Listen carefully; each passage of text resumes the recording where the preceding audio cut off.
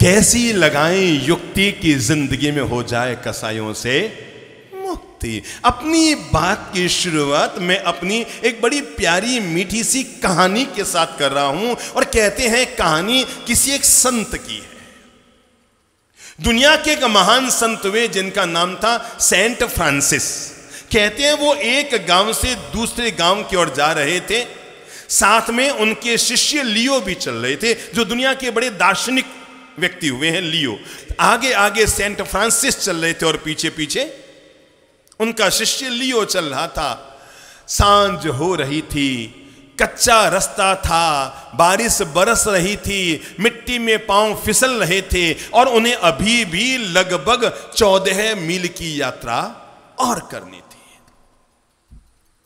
अचानक उस फिसल पट्टी पर चलते हुए पीछे से शिष्य लियो ने पूछा, गुरुदेव जरा एक बात बताएं, दुनिया में सच्चा साधु कौन होता है? ध्यान से सुनना, जिंदगी में ऐसी घटना फिर सुनने को मिले ना मिले मुझे नहीं पता। और पीछे चलते हुए शिष्य लियो ने अपने गुरु सेंट फ्रांसिस से पूछा कि गुरुदेव एक बात बताएं, दुनिया में सच्चा साधु कौन होता है? आगे चलते हुए गुरु ने कहा, मेरे प्यारे शिष्य, दुनिया में वो व्यक्ति सच्चा साधु नहीं होता जो अपनी बीवी बच्चों को छोड़कर, दुकान मकान को छोड़कर, धंधा पानी को छोड़कर और महाराज बनकर बाहर निकल जाए, वो भी कोई सच्चा साधु नहीं होता। शिष्य चौंका, यार दुनिया में यही तो कहते हैं साधु वही होता है जो दुनियादारी अटरम पटरम खटरम सटरम सब छोड़ छाड़ के निकल गया, वो दुनिया में सच्चा साधु। तो फिर कौन होता है? तो उसने कहा, गुरुदेव अगर ये नहीं होता तो आप ही बताएं कि दुनिया में सच्चा साधु कौन होता है। तो सेंट फ्रांसिस ने कहा, वो भी कोई सच्चा साधु नहीं हो जाता जो नंगे पांव चलता हो, या जो खड़ाऊ पहनता हो, जो तिलक लगाता हो, या जो सफेद और गेरुआ वस्त्र पहनता हो, या बगवे कपड़े पहनता हो, या ये वो सब करता हो, वो भी दुनिया में सच्चा साधु नहीं होता। अरे गुरुदेव, मैं ये नहीं पूछता हूं कि सच्चा साधु कौन नहीं होता, मुझे ये जानना है कि कौन होता है। फ्रांसिस ने कहा, अरे मेरे प्यारे शिष्य, वो भी दुनिया में सच्चा साधु नहीं होता जो जानवरों की आवाज समझ ले, पंछियों की बोली समझ ले, और जो मन की बात समझ ले और तुम्हारे मन की बात तुम्हें सामने बोल के बता दे, वो भी कोई दुनिया में सच्चा साधु नहीं होता। शिष्य ने कहा, गुरुदेव अब मैं चुप होता हूं, मेरा अंतिम प्रश्न इतना सा है, आप मुझे ये ना बताएं कि सच्चा साधु कौन नहीं होता, आप तो ये बताएं कि सच्चा साधु होता कौन है। सेंट फ्रांसिस ने पीछे गर्दन घुमाकर कहा कि सोचो मेरे प्यारे शिष्य लियो, अपन चलते चलते चलते चलते बरसात में भीगे हुए, कपड़े हमारे पानी में सने हुए, हमारा पूरा शरीर मिट्टी से भरा हुआ इस फिसल पट्टी वाली पगडंडी पर चलते चलते हम रात को करीबन 1 बजे आगामी गांव में पहुंचेंगे 14 मील चलकर।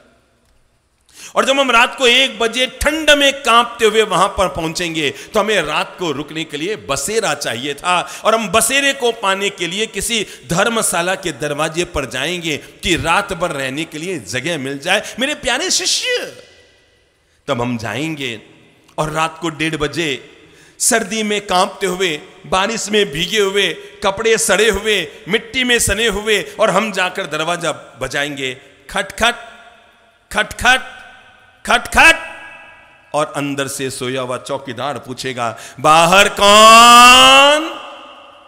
और हम कहेंगे, भैया कौन? 2 साधु हैं, रात भर रुकना है, सुबह निकल जाएंगे। बोलो! चौकीदार चिल्लाएगा, 1 पैसे की रसीद कटाओगे नहीं, 1 पैसा देकर जाओगे नहीं, और नींद हराम करने आ गए, भगो यहां से। ठंड में कांपते हम रात को कहां जाएंगे? 15 मिनट के बाद फिर दरवाजा खटखटाएंगे, खटखट खटखट खटखट, और वो अंदर सोया हुआ चौकीदार पूछेगा, बाहर कौन? और हम कहेंगे, भैया वही 2 साधु, जगह दे दो। अरे रूम ना हो तो बरामदे में दे दो, सर्दी से काम। क्या बोलेगा वो? पता नहीं, ये मुफ्त कर लोग कहां से आ जाते हैं, 1 पैसा देंगे नहीं, रसीद कटाएंगे नहीं, डोनेशन देंगे नहीं, नींद हराम करने आ गए, भगो यहां से। 15 मिनट के बाद ठंड में कांपते हुए मजबूरी से हम फिर दरवाजा खटखटाएंगे। कैसे? खटखट खटखट खटखट, और अंदर सोया हुआ चौकीदार फिर पूछेगा, अरे भाई बाहर कौन? और हम क्या कहेंगे, भैया भैया वही दो साधु, थोड़ा सा दरवाजा खोल दो और तब गुस्से में भरा हुआ चौकीदार मोटा सा लट्ठ लेकर बाहर आएगा और आते ही गालियां निकालते हुए, अपशब्द बोलते हुए, चिल्लाते हुए तुम्हारे पर डंडे पर डंडा हम पर बरसाएगा और कहेगा मुफ्त करो, पता नहीं रात को नींद हराम करने कहां से आ जाते हो, कितनी बार कह दिया यहां जगह नहीं है, भगो यहां से। और वो एक पर एक डंडा उठा कर हमारी कमर को लहू लुहान कर देगा। मेरे प्यारे शिष्य, जिस समय वो डंडे मार मार कर हमारी कमर को लहू लुहान कर रहा हो, उस समय में भी अगर तुम्हारे मन में उसके प्रति प्रेम भाव जग रहा हो तो समझ लेना इसी को कहते हैं सच्चा साधु। हमारे मन के प्रतिकूल व्यवहार होने के बावजूद, जिसके प्रति हमारे मन में प्रतिकूल व्यवहार किए जाने के बावजूद अनुकूल भाव, प्रमोद भाव, आनंद भाव, मिठास के भाव, मुस्कान के भाव पैदा होते हों, तो समझ लेना तुम्हारे भीतर साधुता साकार होगी। मेरे भाई, दुनिया में हर आदमी के लिए संभव नहीं है कि वो कपड़ों को बदलकर संत बन जाए, और कपड़ों को बदलकर संत बनने में बहुत ज्यादा वक्त नहीं लगता है। अगर आप लोगों ने किसी को दीक्षा लेते हुए देखा हो, चाहे वो श्वेतांबर की दीक्षा हो कि दिगंबर की दीक्षा हो, अगर आपने किसी को दीक्षा लेते हुए देखा होगा तो आपने देखा होगा कुल मिलाकर दीक्षा का कार्य घंटा 1.5 घंटा में पूरा हो जाता है। ठीक है, चढ़ावे वढ़ावे, अभिनंदन वभिनंदन ये सब होता अलग बात है, पर दीक्षा का जो पाठ है वो 1 घंटे में तो आराम से संपन्न हो जाता है। कपड़े बदलकर संत बनने में 1 घंटा लगता है, पर स्वभाव और नेचर को बदलकर संत बनने में पूरी जिंदगी आदमी की कम पड़ जाती है। जब आदमी जिंदगी भर तक लगातार स्वाध्याय, ध्यान, साधना, मनन करता रहता है, फिर भी अपने नेचर को आदमी सुधार नहीं पाता।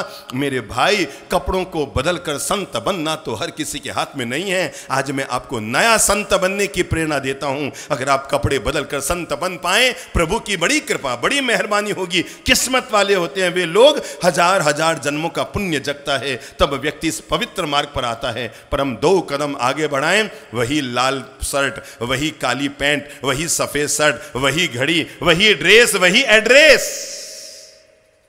पर अगर बदलना है तो आदमी को अपना परिवेश, अपनी सोच, अपनी मानसिकता, अपना नजरिया और विशेषकर अपने नेचर को अगर आदमी बदल ले, ड्रेस बदल लेता है, एड्रेस बदल लेता है, पर एक चीज नहीं बदल पाता तो कुछ भी परिणाम नहीं आता है, और वह आदमी अपने नेचर को नहीं बदल पाता है।